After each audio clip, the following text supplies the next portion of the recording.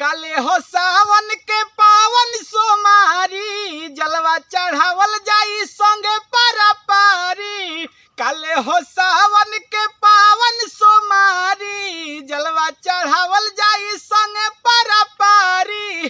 तले के लोटावा में जलवा काले शिवलवा चल हो। तले के गेंदा फूल के मालावा काले शिवलवा चल हो। एक संगे कोइल जाई परिक्रमा शिव के बार के अखंड बाती गैया के घीव के।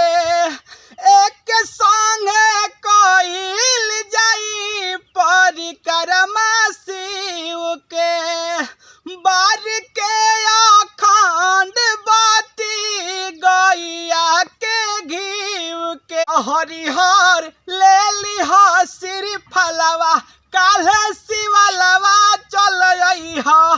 तले के लोटावा में जलवा काले शिवलवा चल हो।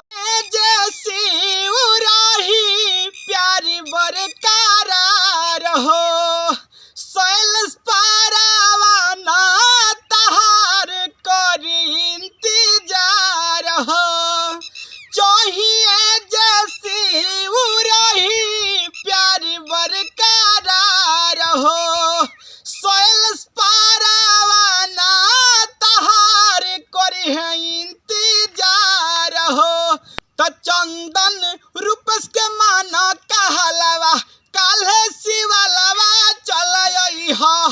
तले के लोटावा में जलवा काले शिवलवा चल हो।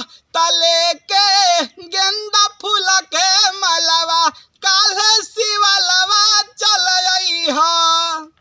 प्रणाम नमस्कार भैया, हम शैलेश परवाना। अगर ये हमार बोलबम के गाना अच्छा लगता तो हमारे चैनल सब्सक्राइब करी, वीडियो के लाइक करी और दबा के शेयर करिए। भाई के सपोर्ट करी, काहे कि हरदम ऐसा वीडियो खातिर हम लेके आ रहल बानी। तो बस एकदम प्यार आशीर्वाद बनैले रहिए। चलिए प्रणाम।